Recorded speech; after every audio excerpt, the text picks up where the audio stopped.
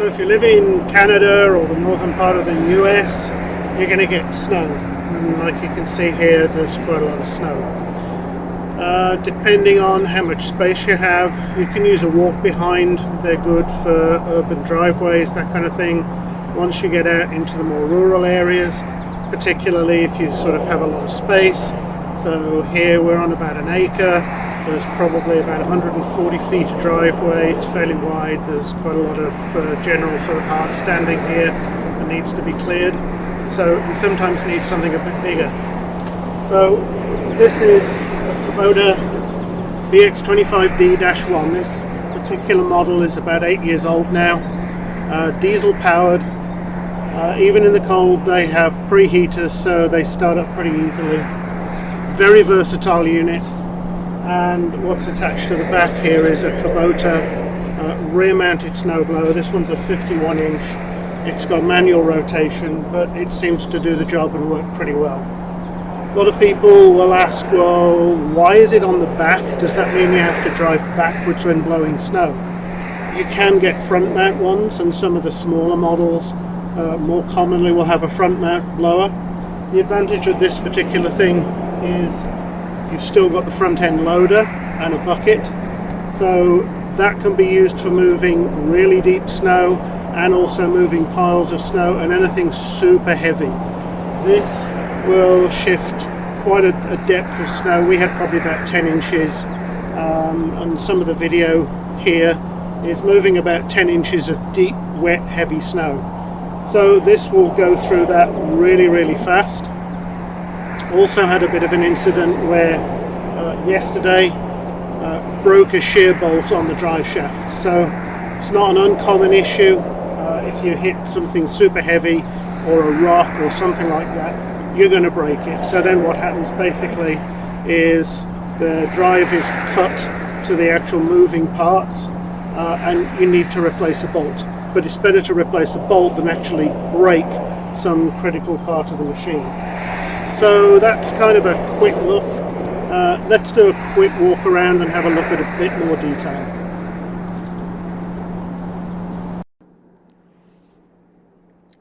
So starting at the front, you've got a front end loader. These come standard on this particular tractor and on a number of these ranges.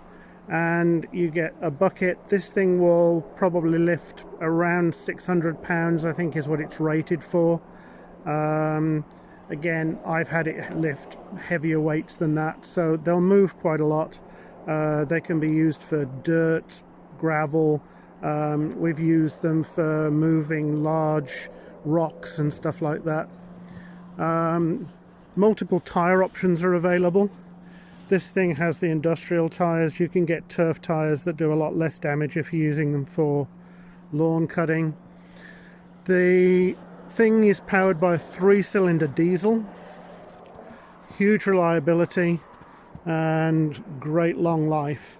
So the diesel engines in these things, made in Japan by Kubota, never give problems. Controls.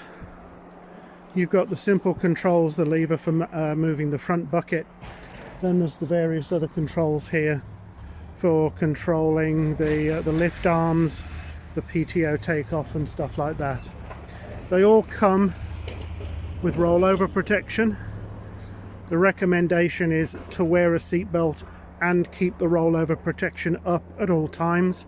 The nice thing about this is it folds down so you can put it in a garage and keep it tidy. For these little things you can put a number of different attachments on the back.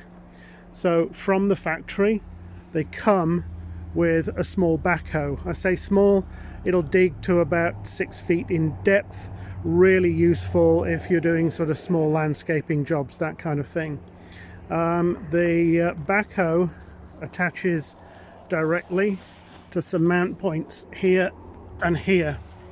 It also has a 3-point hitch which comes as a separate option, or which often comes with various attachments. So the 3-point hitch, lower arms are down here, top mount is there. Then this is attached to another bracket which attaches to the actual snowblower. The one thing to be aware of if you do not have this dealer installed, sometimes the drive shaft here doesn't come at the right length. You have to cut the drive shaft yourself when you do the install. Not a major problem if you're fairly competent with that kind of thing, but just beware, you sometimes have to cut the drive shaft. A lot of people, I think, don't like the idea of having to do that themselves. This thing, the maintenance on it, basically keep the chain lubricated and keep the transfer box full of oil. There's access for the chain here, and something that becomes useful later, there is actually a shear bolt down here, so that if you hit something super heavy or this just gets frozen solid, the bolt breaks before it breaks the drive shaft or the chain or something more expensive. It has a manual rotation chute, so there's a handle you can see up here. The handle rotates and that changes the direction of the chute. Not a lot of effort required, and even we're probably about -6 right now, and this thing's had opportunities to freeze. Keep this thing greased, it won't freeze up on you. And then you can also manually change the angle of the chute.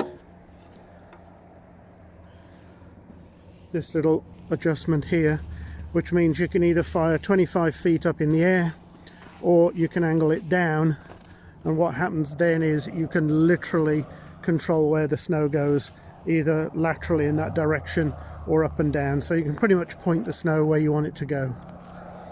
That's a quick walk around. Let's see the thing in action.